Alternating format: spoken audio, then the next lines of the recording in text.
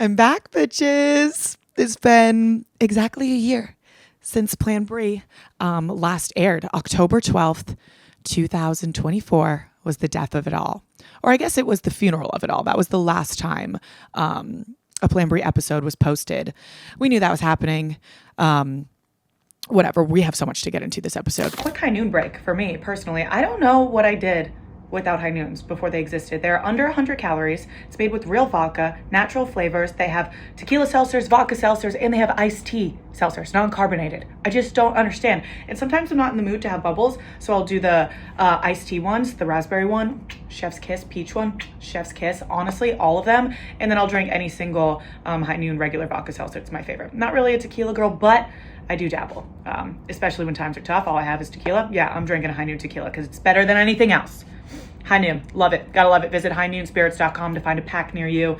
I'm sure you can find a pack near you real easily. Before we start, I just want to say, if you are more concerned about Brianna Chicken Fry starting Planbri again than you are the political climate of the world, you need 1, a dildo, 2, a friend, or 3, a therapist. So fuck off. Thank you. I just want to start off with that. I have been all over the place on how I wanted to bring Planbri back. I always knew I wanted to bring it back. I knew that like the day it stopped, I just knew that I needed a break for my mental sanity. And I also recorded the first episode of this in Scotland. But with that episode, a lot has happened since then. My special forces episode, my like highlight episode came out last night where I was interrogated, which is crazy because I didn't, we'll get into that. We have so much to get into. Oh my gosh. But that came out, and 1, it resonated with a lot of people. 2, I couldn't even watch it. Like, I genuinely couldn't even watch it. I got to my interview part and then just like skipped past it. But all of your kind words and messages and videos really resonated with me. And it's Domestic Violence Awareness Month. And I do want to touch on a lot of that shit. Like, we have so much that I need to touch on. And I think this podcast episode will probably only scrape the surface, but that's why Planbri is back, so that I can dive deep into all of the things that I want to, all of the things that you guys want me to. And I'm sitting here in my bed with no makeup on. This is not overly produced. I don't even have a producer in the room. It's me talking to you. And that's what Planbri was when it started. I'm back to exactly where I starting my podcast in my room with 1 microphone, 1 camera, 1 mission. And I can finally say I'm in a space where I feel comfortable, I feel confident, and I feel safe to share everything and put myself out there again, because the last year and the year before that was brutal. And what happened to me on the internet was brutal. And I wouldn't wish it upon my worst enemy. Okay. Genuinely, thank God I have a lot of childhood trauma. So I had the adversity to go through what I went through. But yeah, a lot of people wouldn't. And that makes me sad because it happens to a lot of people. And yeah, this podcast episode is going to be me talking about all of that shit, all the things that you want to know. And I'm just kind of going to drop it and stop talking about the past. But I know I've taken a year hiatus, and you guys want to know what you guys want to know. So let's fucking go into it. This first episode is just going to be me. The whole podcast isn't just going to be me. I have a lot of special things planned for it. I want this platform to be a place where we get to know the people you love on a deeper level. I'm just so I was so unfulfilled in Planbri when we would have guests on, and it was just like the stupidest questions, the stupidest games. Like, I just didn't feel fulfilled by it, and I wasn't fulfilled by it for a long time. I think that's just getting older, and I'm just so sick of the surface level shit. That is like half the reason we're ending BFFs too. It's just so surface level, and I feel as if we've grown out of it. And just having guests on and being like, so what is the tea? What is the drama? Like, who are you dating? It's just not interesting. It's not entertaining. So when I have people on, I want to ask them, what's your fucking childhood trauma? What made you this way? How did you end up having these qualities? Like, what is the worst thing that's ever happened to you? What is the best thing that's ever happened to you? I don't want to ask you where's the craziest place you've ever had sex. Like, you can go listen to every other podcast with every other guest of any other podcast host if you want to hear the answers to those questions. It's just like everything nowadays is so fickle and surface level. And I don't know. I'm a cynic now. After the past year, I've turned into a complete cynic, and I'm okay with that. I think I've always had a little bit of cynical mind. But yeah, this podcast isn't going to be anything that I don't want it to be, and it doesn't have to be, which is really exciting. And I just want to get back to fucking talking to you guys and having the ability to say what I actually want without the fear of like a podcast host, like I'm even talking BFFs, or like a fan comment or a fan section or a listener section, just having a complete different fucking take, or just being insane where they don't let people just say what they want and have a discussion. Like, that's how I feel on the BFFs podcast. That's how I felt in the past on Planbri. Like, I just want this to be back to the community that it was. And I'm not looking clearly to make this like some big, huge money grab, fucking tell all story, flashy. Look at how I'm doing this and where I am. I just want this to be a community of people that I respect and respect me, and we can have conversations. That's what I want it to be. I don't think this is going to go double, triple platinum. I don't want it to. I don't actually want it to. I want this to be my therapy.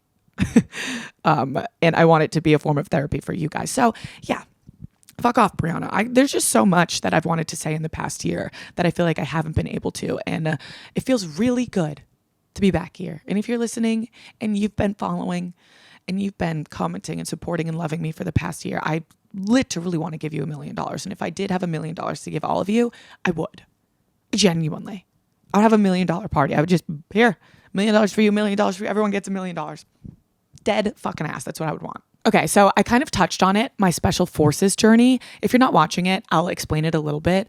I want to talk about why I went on the show, what actually happened on the show, and we're only on episode 3, so I can't go into full detail of what happened throughout the season because I don't want to spoil anything. I want to talk up until episode 3 and like what I went through, what I endured, and I wasn't going to watch the episode last night because I knew it was going to be my highlight episode after the trailer came out, and I remember my interrogation, and my interrogation didn't happen day 3.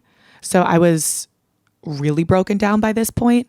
I don't even know if I'm allowed to say that. But I was really broken down by the time I had my interrogation.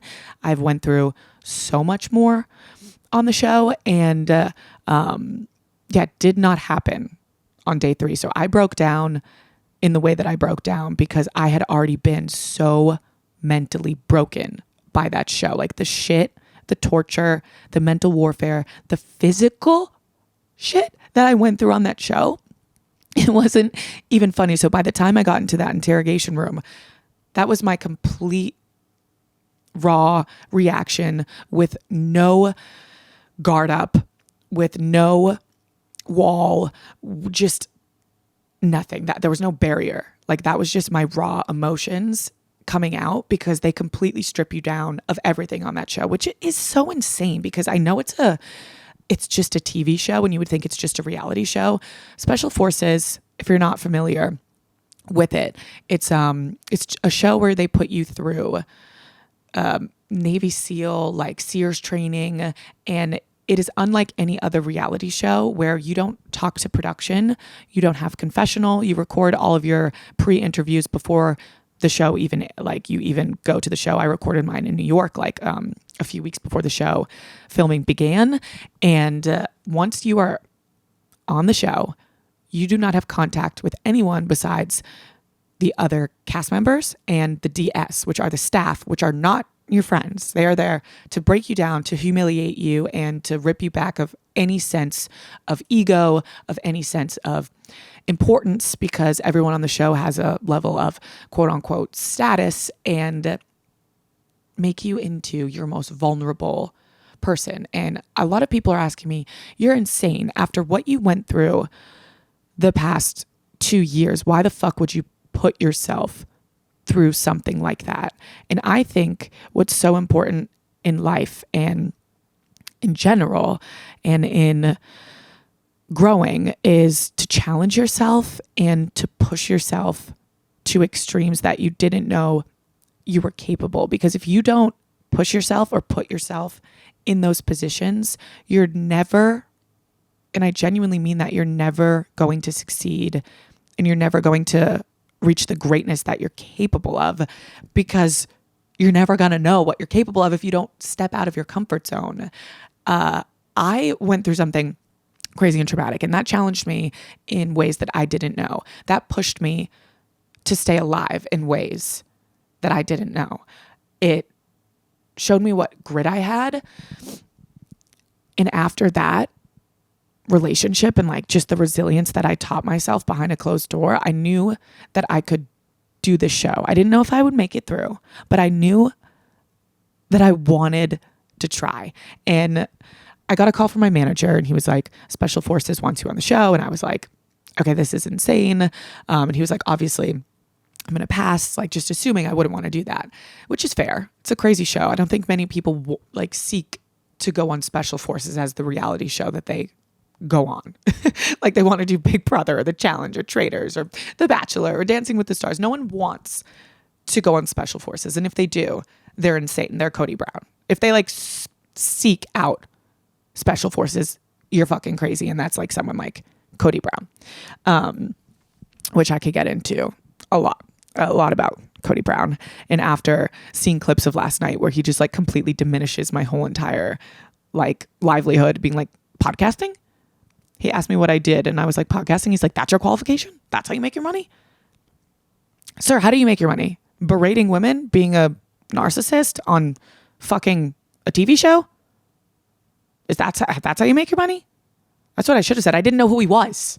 I didn't know who this man was on the show. I didn't know who anyone was. I didn't know who Jussie Smollett was. I didn't know what he went through. I would have asked him more questions. I would have been like more involved in that. I didn't know anyone's story.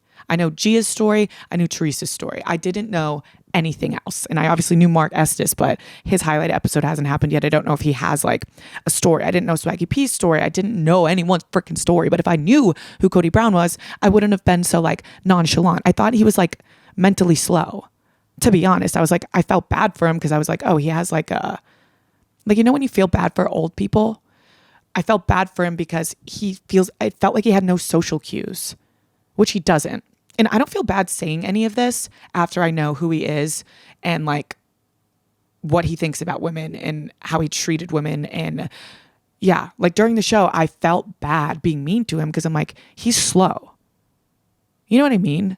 Like you can't be mean to someone that has special needs. That's crazy. But he doesn't have special needs. He's just mentally fucked.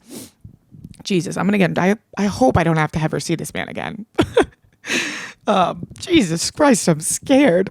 But after all the shit I've seen about him after, I'm like, oh my God, Brianna, if I let the Brianna wrath actually go on this guy, it would have been epic. This man is an insane fucking person and he treats women so badly, so poorly. So I said yes to the show. Everyone on the show, majority of everyone on the show really trained for this show. And I'm talking trained for months. You know me. If you were a Planbri listener before this, you know me. If you follow me, you know me. You know that I'm not going to train for this, that is a bad quality, but I am the most type B person to exist. I pack for the airport as I'm leaving for the airport. I book my flights in the Uber to the airports. I don't plan a goddamn thing. I am constantly manifesting that things will work out and they end up working out. I don't want to be type B, but I am. So for this show, I thought, okay, and here's how my life always goes. And this is really where I struggle with my ADHD. Like I will want to have a plan. I will dream about training for this show and tell myself I'm really going to do it. And then every day I'll be like, no, I'll do it tomorrow. No, I'll start tomorrow. Or I'll make an excuse and be like, well, I am busy this week. So, I'm going to be tired. I don't want to do it. I can't do it that day because I have like 5 shoots and I have to record. I put things off and off and off. And I hate that I do that, but I simply can't figure out how to not do that. So hopefully that's a journey that we can fix on this Planbri journey. And then all of a sudden, it's a week out until Special Forces. I've ran half a mile,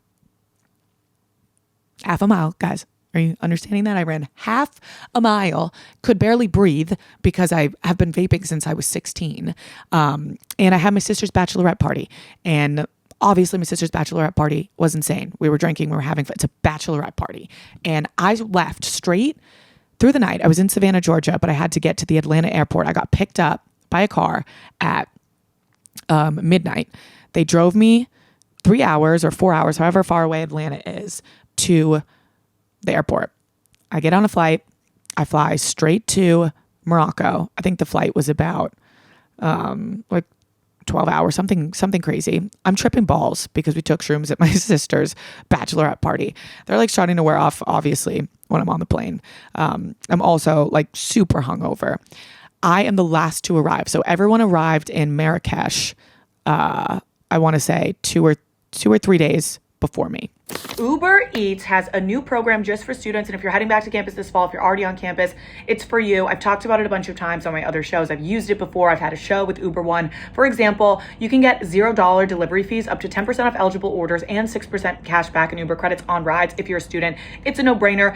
You can also get items that are eligible throughout the week. Like on Tuesday, you get a free taco from Taco Bell, a free chicken sandwich from Popeyes every Friday, and more deals of every day of the week from brands that you love. So try it out now and get your first 4 weeks if you become an Uber One for Students member and start saving on Uber and Uber Eats. Eligibility and member terms apply, but seriously, Uber One is amazing. You save money on food and on rides. You're using Uber every day. You're using Uber Eats every day. I know you are, especially if you're a student or you're trying to, or you're at least using it twice a week. So make sure to check this out. It's perfect for you. Let's get back to the episode.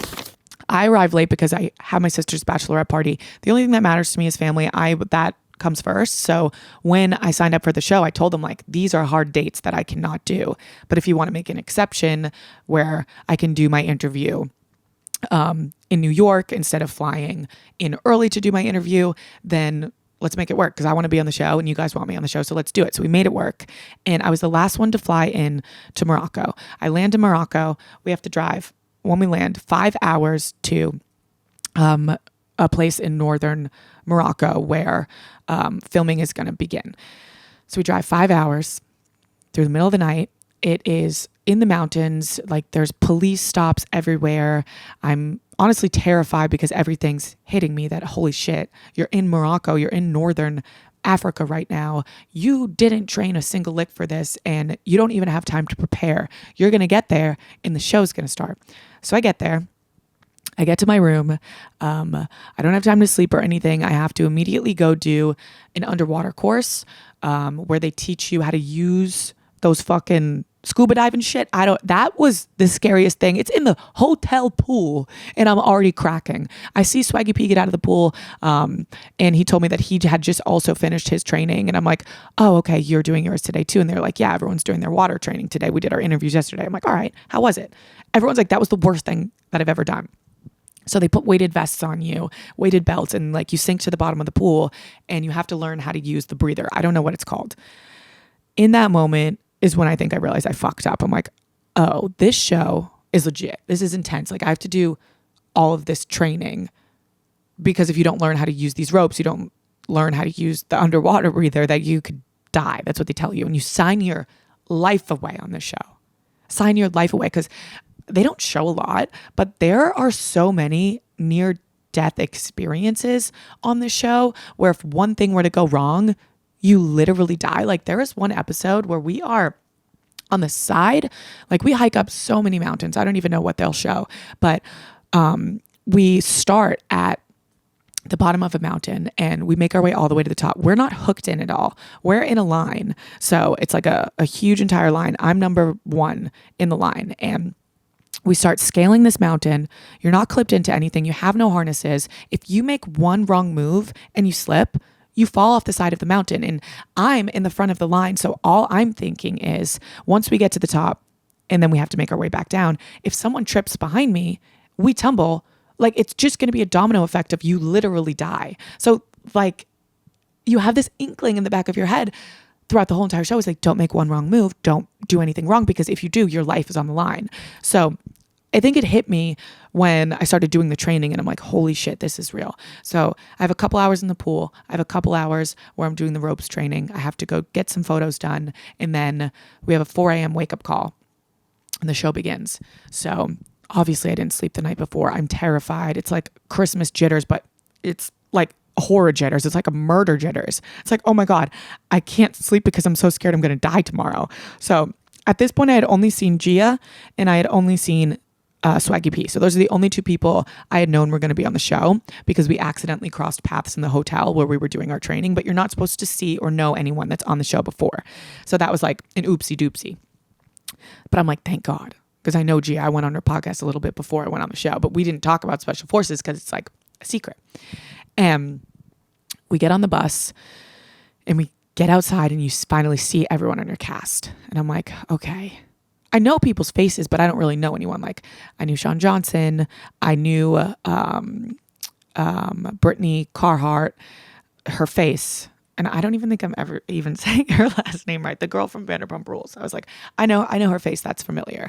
And I knew Mark Estes, obviously, because he's my friend. It's like, thank God. Okay, I know a couple of people. I knew Sean Johnson because it's Sean Johnson. And I knew Eric Decker because I had like followed him on Instagram a long time ago. And I was like, okay, I know a couple people. I was so terrified. These buses pull up. They take us on.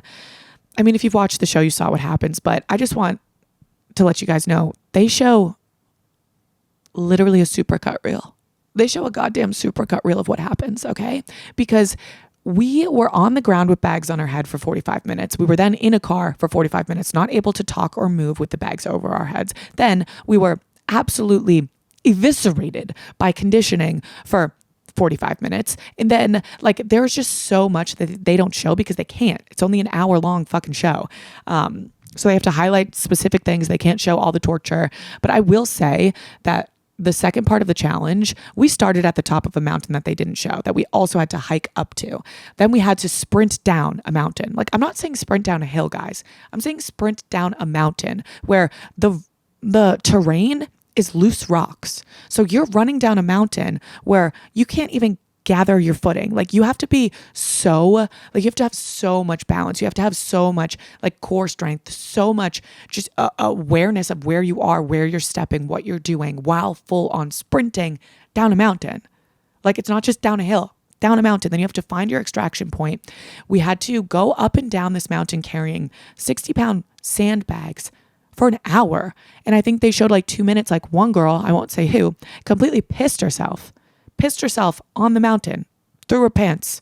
I threw up everywhere. There was like a line of us projectile vomiting, couldn't breathe. They can't show all that because they don't have the time, but that's how grueling and insane it was. So when my team had won and then Brittany's team had lost and she couldn't run home, she looked like a pussy for sure on the show. She wasn't. Like Johnny Manziel almost died that first day. Like obviously Brittany didn't train for it. She, like me, not in the best physical shape. We weren't working out before. She was hanging from the helicopter, couldn't do that. Like, I understand why she couldn't make it through and didn't run home. I see her getting a lot of shit. But if you were in that position and you were in the same physical and mental state as her, I guarantee you would have left too. I just want to give her a little kudos for that because they truly didn't show how hard this show was. And I don't follow her on anything, so I don't know if she was like telling people how hard it was and like, no, they didn't show it. They didn't show how fucking hard it was. It just got crazier and crazier. I think highlights of what people want me to talk about was the fighting scene. That was day 2. And I don't know if I'm going to get like in trouble for what I say, but the show is obviously edited.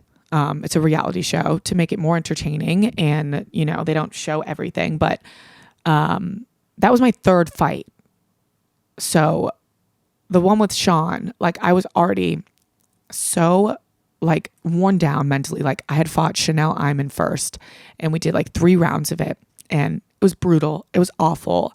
And I had a mental breakdown where I was just like, I just had so much PTSD being in that situation. And then like watching people you care about because you bond so fast on the show, fighting each other.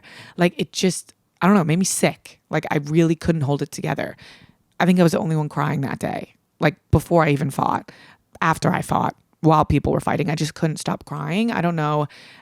It was really hard for me to watch back because I was like, oh my gosh, I'm watching PTSD in real life. It was really sad. but I'm laughing at it now because you have to. And fighting Sean was awful. One, because she nearly broke my ribs. Like, she was the toughest girl, is the toughest girl.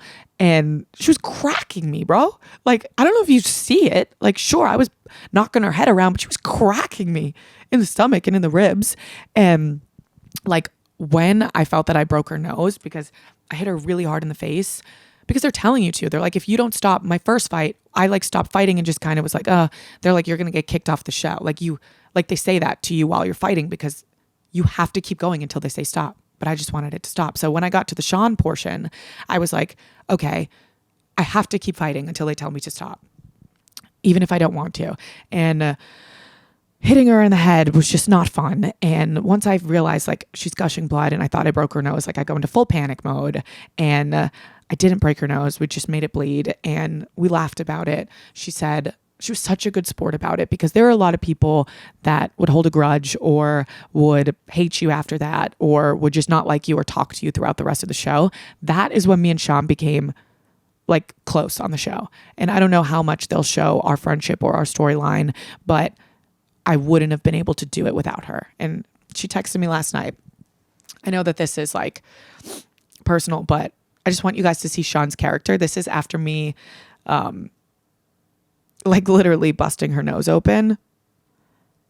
She texted me last night after the 3rd episode and said, she's also trying to set me up with her friend, but she said, also, dumb relationships set up stuff aside, I'm really fucking proud of you and inspired by you. Watching this, it's emotional, but as a mama, I'm just so proud of you. I hope my daughter has as much strength as you, lady.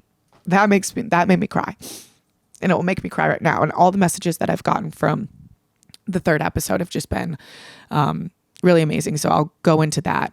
All right, guys, quick commercial break for Game Time. You know I love Game Time. If you've seen my Game Time commercial, shout out Game Time commercial. It's pretty sick. Love that commercial. But I actually used Game Time to get tickets this weekend for $64 at Royal Otis in New York City. There's deals on everything. You can find any show, any sporting event that you want to go to on Game Time. So if you can't wait for the amazing concerts coming up this fall, you don't know how to get a ticket, do it with Game Time.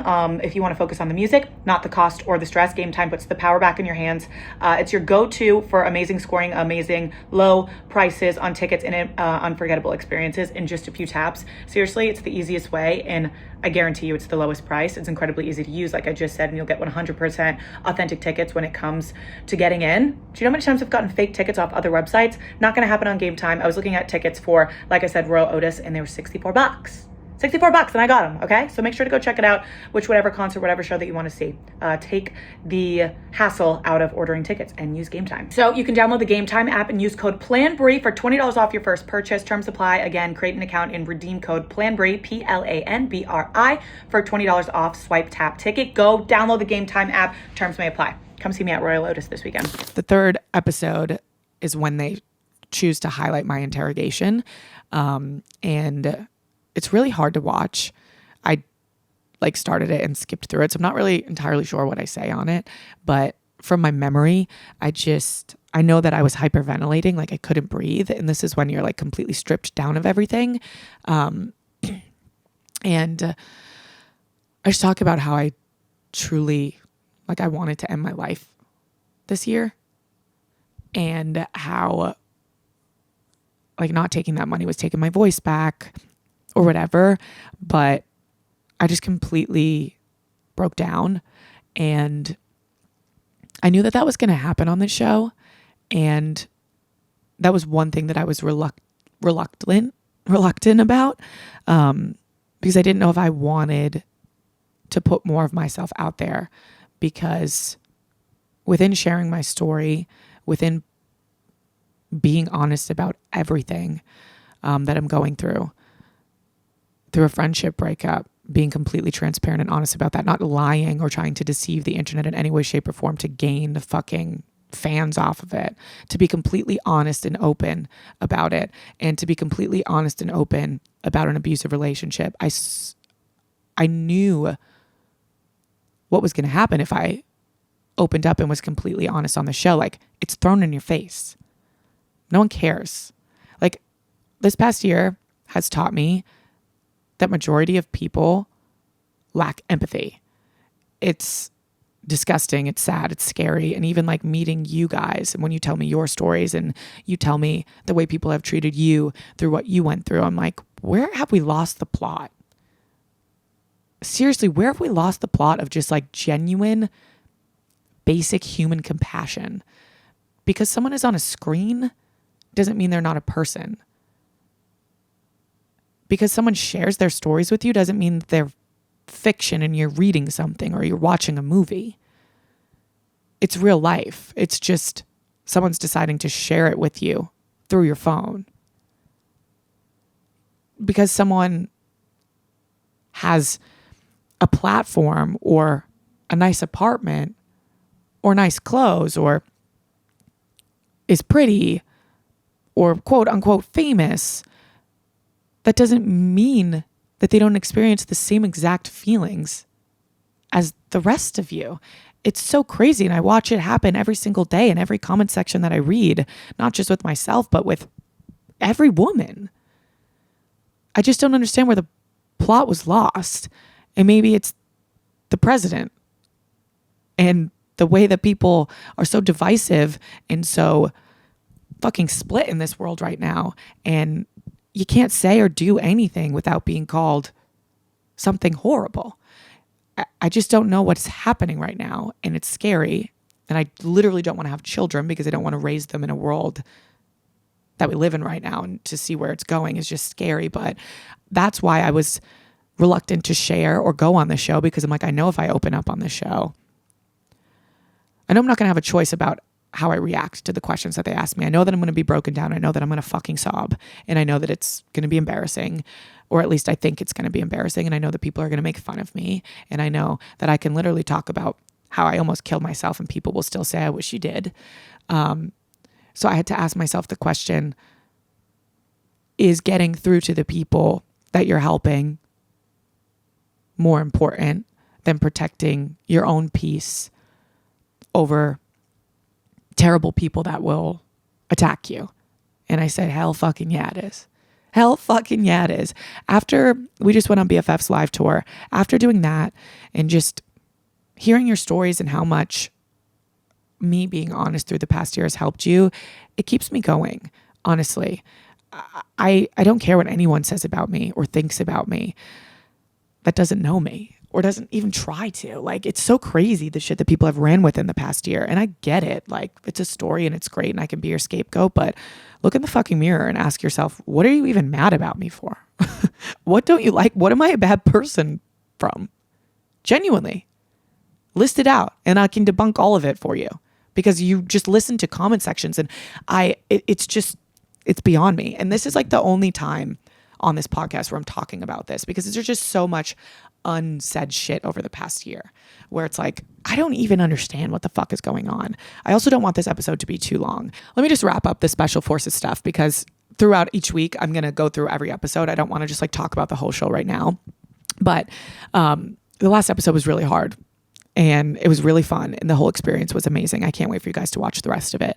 I went on this show for nothing other than to prove to myself I am literally capable of anything. But I know that through doing that, it can transpire to the people that watch me and support me that they can also do anything. Like, I'm just the same person as you guys. I'm just a girl. Like, if I can get through that show and do that and go through those things and go through those interrogations and fucking fist fight an Olympian gold medalist, you can too.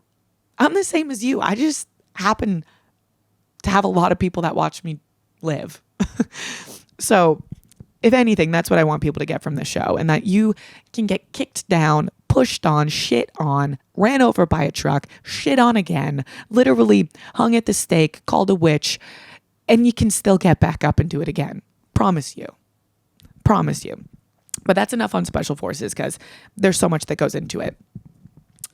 On the topic of just absolutely, we've lost the plot, I need to talk about the life of a showgirl. I need to talk about the life of a showgirl. Guys, I wasn't a Swiftie. I was never like, Taylor Swift sucks. She's the worst person in the world. She's fat and ugly and gross. I never was like that. Like the people tried to make it out to be. I just wasn't a Swiftie. Didn't understand the music. Didn't resonate with the lyrics. Went through something traumatic. Fell in love. Found Taylor in a way where, I mean, I found her. She found me and saved my life, to be honest. Music is one of the only things that have saved my life in the past year. And I'll have a whole other episode on like healing and getting through things that, you know, I've touched on. But that's not this episode. We're just scratching the surface on this episode, like I said. But the discourse around Taylor Swift's new album, it makes me want to jump through my fucking phone. Okay, jump through my phone, teleport through my phone, and put these people in a bag over their head. I want to put a bag over their head and I want to interrogate them and be like, what are you fucking talking about? I cannot believe the discourse that I am seeing about this album. One, I can't believe that everyone's being like, this is her worst album, biggest flop that she's ever put out. This is the most groundbreaking, historical albums that has ever been put out in history. It has broken every record, yet people are still like, this album is trash. It has broken every single record. She has broken Adele's record that Adele has held for 10 years. When we look at artists, especially pop stars and especially women, as they get older, as their career progresses, you see a decline in sales. You see a decline in the way that their art is listened to, the way that they are viewed, and the way that they are celebrated. A woman's career, and it isn't because of women, it is because of the patriarchy. A woman's career is usually very hot in the beginning when they start to fucking pop off. And you look at every other pop star, the same thing happens to them. They have their moment, they shine, they live in that moment, and they start to descend. Taylor Swift is, I want to say, the only that continues to rise, that continues to outdo what she has done last. And you can surely say, because I will surely say too, that Life of a Showgirl is not nearly as good as The Tortured Poets Department or Evermore or Folklore or even Lover or even 1989. I could surely say that. But to say that it's bad and to say that she's a trad wife or that she's MAGA because of this album, I urge you to like actually touch some fucking grass. It is so crazy. And we have not many celebrities that have vocally spoken out against Donald Trump. And I'm talking like big, like Taylor Swift level celebrities, or that have endorsed his opponents. We have a handful. And we are literally probably making this woman never want to speak about it again, because even when she did say that she hated Donald Trump or that she supported Kamala, she is being called a Trump supporter. And I'm begging you guys to like, what the fuck? What makes these people so angry? Like, genuinely. And I want these people to have conversations instead of with their phones, with actual people. Because when you get on your phone and you start ranting this shit cycle and you start believing it and you have no one to be like, pause. Hey, that's a crazy take. Pause.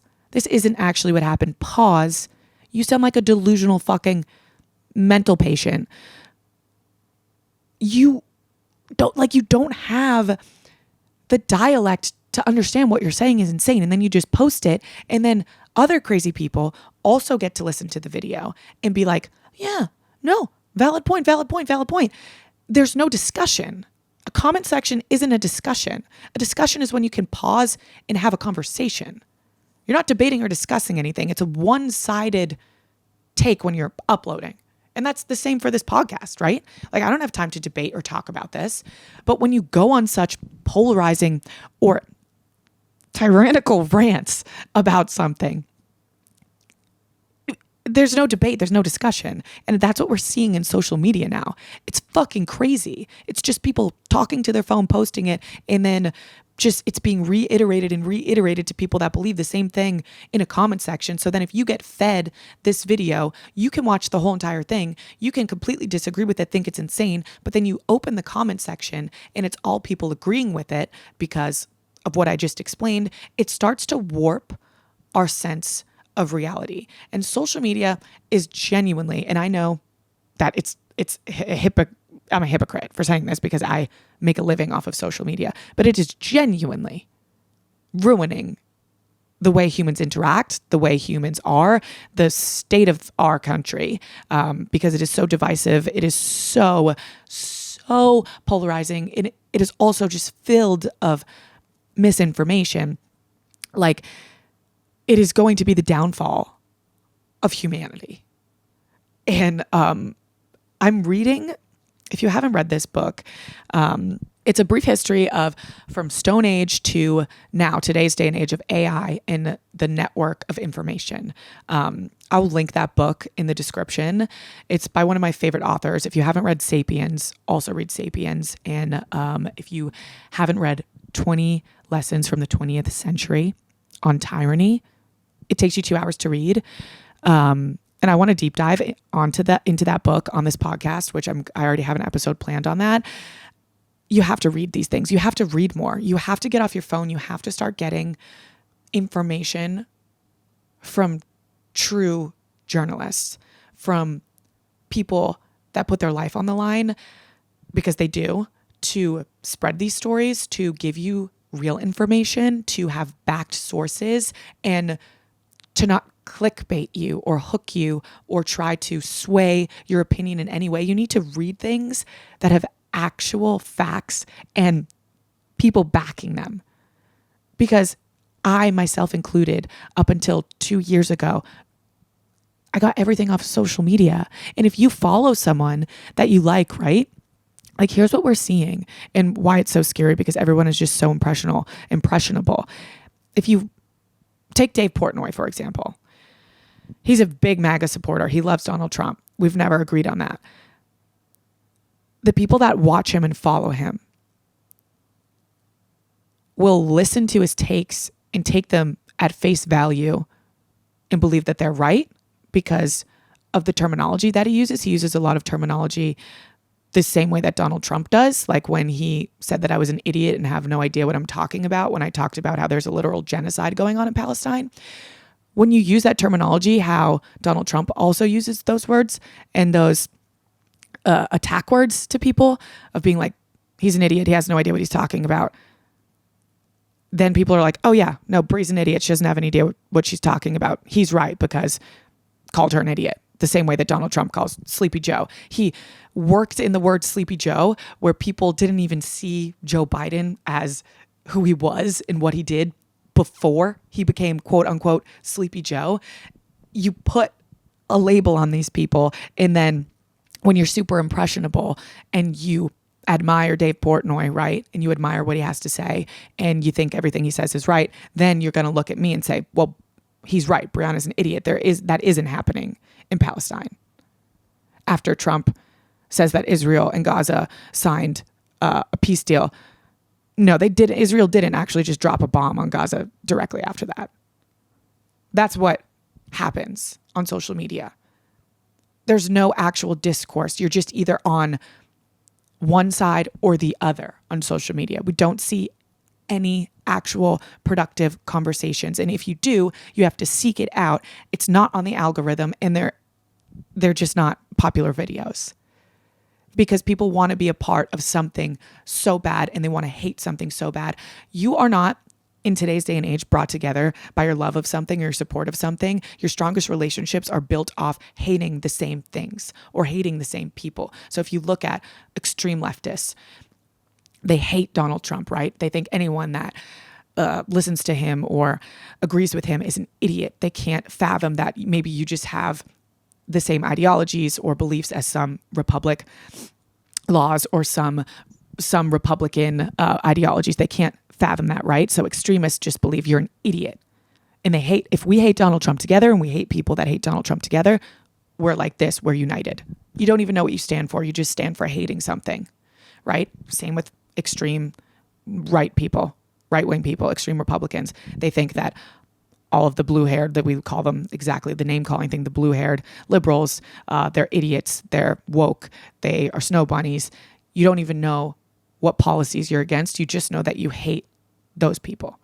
And then it creates this insane division. And the only thing that is exemplified on social media are the extremes. And then it divides the country into something that isn't actually truly even happening, because most sane people aren't extremists, but that's all that's shown to you on social media. So I just really urge you to read and to get back to journalism and to watch the news and to watch multiple different news streams, because it's just like everything's one-sided. Yeah, sorry, I just went on a political rant, but hey, that's what this shit's gonna be. I'm not sugarcoating anything anymore. I don't care what you think of me. I don't care if you think I'm wrong. I don't care if I'm gonna get canceled for the things that I say. Been canceled, never left. So don't give a fuck, actually. This podcast is going to be 5 hours long. So these are just some things that I'm touching on briefly. And I will not hold back on anything anymore, because I'm so sick of fucking holding back, because even when you do hold back, you still get dragged. So why don't you just be honest? I did ask you guys on my Instagram, this is like the last segment I'm going to do just for this one episode, questions that I will honestly openly answer and never touch on again. This is the one and only time I'm going to be answering questions like this.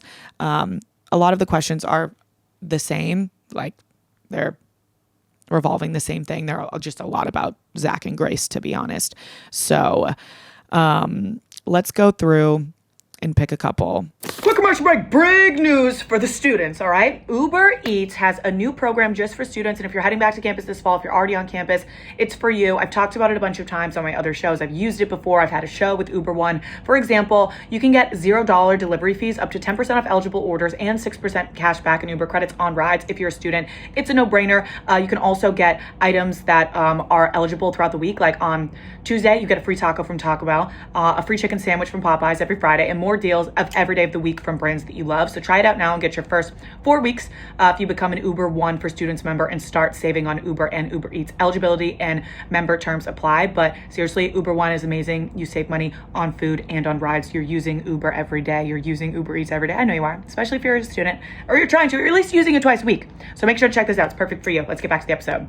Okay, I just looked through them all, and I did ask like questions that I would have never answered and will never answer again. So they're all pretty much the same. First question, since it's exactly what I just kind of talked about, it was, who did you vote for in the past election? I've touched on this on Planbri before and just on TikTok before on like my main account when I used to post on that.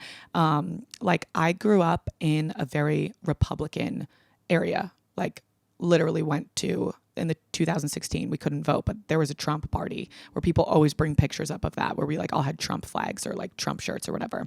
We couldn't even vote in the election, but our parents did. They voted for Trump, except my mom didn't, and that caused the divorce in my family. But in the last election, I obviously didn't vote for Donald Trump. I voted for Kamala Harris. I think that's very obvious, not at you, but just like, what the fuck? I can't believe people even question that, which is insane. And then the next question that I got like a million times in different forms was, do you think you and Grace will ever be friends again? My honest answer to that, like right now, my quick answer would be no. I just don't think, I think what we went through is you don't really return from that. So no, I genuinely don't think we'll ever be friends again. Which one sucks for a lot of reasons. One, we were actually best friends. Like we were like soul tied. I think I just don't want to say any of the wrong things, you know, because like everything that I say is taken out of context. But I just think that bond was what kept us best friends. And there's no way to ever get back to that level of friendship with what we went through. Online, behind closed doors, in real life. Like there's just no way to reach that level of friendship again. And we aren't the type of people that would just be like hi and bye friends. You know, like there's so much history. There's so much, it's like one of those exes where you just have so much and there was so much love and there was so much strong bond between you two, like that it's like one of those exes you can't be friends with, because we do have exes that we could still be friends with, right? That I could be in a room with and be like, hi, cordial with, and normal, and be like, hi and bye, and like share things. But we had a relationship so deep and connected that it will never reach that point again. And we could never be surface level friends. Do you know what I mean? I really, truly hope that makes sense. And that's why I say no, I don't think we could be friends again, because I don't think we could ever be as close as we were. And we would never just be acquaintances. Which sucks and is sad to lose someone that you're friends with for 15 years. Like this. It's been weird and hard to navigate, to be honest, of like that person that you thought you could tell everything and trust and that would always have your back, you know, and then like to have a falling out and realize, okay, maybe this person, this relationship isn't what I thought it was. It's like, it's really hard to unpack. Thankfully it's been a year and I can finally talk about it and feel like I'm on the other side of it, but it was super weird and hard in the beginning to like be going through all of the shit I was publicly, but like against her. It was weird, man. Wouldn't wish it upon my worst enemy. And I just don't think that you can ever recreate what we had and the trust that we had. Like I will never feel the same way that I did before everything happened. And I'm sure she feels the same. But again, not speaking for her, just truly, no, I don't think we'll ever be friends again. And I am super nervous because I got another question is like, is it super weird, like having to share the same friends from home? Like one of my friends from home is going to get married soon. I mean, hopefully we were fingers crossed, but she's going to get engaged soon. She's been dating her boyfriend for like ever. And this is one of our best friends. So we are both going to be bridesmaids. I haven't seen Grace, haven't talked to her in a year. So I genuinely am like, that's going to be so fucking weird. Guys, that's going to be so hard and weird. I have no idea what that's going to look like or how that's going to go or what that's going to be like. So stay fucking tuned because like I haven't even seen her. Like when everyone's making edits of like, I only threw this party for you. And it's like when you see like the overcompensating edit, I'm like, whenever me and Grace finally see each other for the first time since everything, that's what the edit's going to be. Like it's literally going to be like that. And I'm not looking forward to it at all. It's going to be very scary and weird and uncomfortable. And who knows what comes from it, what happens if we talk, if we just look the other way. But the amount of emotion that we are both going to feel when we're bound to see each other again for the first time. It's going to be insane. Crazier than any of those like boyfriend, girlfriend edits that you see with the Charlie XCX song. It's going to be like, that is just going to be crazy. And I'm freaking out. I think it keeps me up at night when we talk about my friend's wedding and like, cause we'll always talk about it. And then I'm like, fuck, I know this is your day, but I'm scared about it. And she's like, no, I'm scared about it too. I don't know what I'm going to do with you too. And I'm like, no, we'll be cordial for her, obviously. Next question is that I got a million times. Please, what do you think about Zach's girlfriend looking exactly like you? I think this is narcissism textbook 101 is like, that's what narcissists do. They just like go and find another version of you to date. I honestly, people are like, are you creeped out? Are you mad? Are you annoyed? Are you flattered? I'm flattered, to be honest. But I dyed my hair so that people stopped like sending me every single picture that he posts of her. Like, and I block him so I can't see when you send it to me, but then they will screenshot it and send it to me. And I'm like, I don't want to see this. I don't indulge in anything that he does. The only time he comes across my desk is when he like jumps over fences or like talks about ice. Like that's the only time that he comes across my desk when he's in the news. I have him blocked on everything. So I only see articles when they come up on my For You page. But yeah, his ex looking exactly like me is crazy nonetheless. Like when you do send me the pictures, I'm like, oh my God. There's so many of you guys that will DM me, freaking out at me, mad at me, being like, I believed you. And now you're back with him, you dumb bitch. And it's a picture of his new girlfriend. I'm like, guys, no, that's not me. I literally dyed my hair for this reason. I was like, I cannot continuously keep being compared to someone. It's exhausting. Like, yeah, it's crazy and it's weird that he's dating a new version of me. But who cares? Who cares at this point? Like, honestly, who cares? He's literally a psychotic fucking alcoholic abuser. Like, I don't care what he does. Please, I'm just so glad that he's not near me. Just near my clone. Sorry, have to say it. Your new girl is my clone. Okay, guys, I'm going to get myself in a lot of trouble. Yeah. I also do want to say with like the whole, I did touch upon the Dave stuff and him like calling me an idiot or whatever. Yeah, I'm obviously allowed to respond to that. And I still respect Dave and think that he is entitled to his opinions and I am entitled to mine. I'm not going to call him a stupid idiot for what he believes though. But that is the difference. Not in between me and Dave, in between men and women. So yeah, welcome back to Planbri. This is going to be a fucked up ride. Genuinely, truly. And I am so sorry if I was all over the place this episode. We're going to have obviously topics and more aligned episodes after this, but I just kind of wanted to get everything out on the plate today and we'll see what the fuck happens. I'm really excited to be back on this journey. I'm so grateful and loving to each and every one of you that have supported me through everything. And I cannot wait for this next year of my life. It has already turned into one of the best of my life, and it started as the worst. So I am on the up mentally, physically. You can too.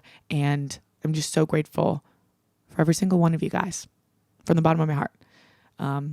And truly, for everyone that has hated on me or bullied me relentlessly this year, I'm genuinely grateful for you too, because you have taught me things about myself and just made me into such a stronger, better person. And yeah, thank you to everyone that watches me. Like Taylor said, you're watching, you're talking, you're helping. So thank God. Mic drop. Love you guys so much. Goodbye.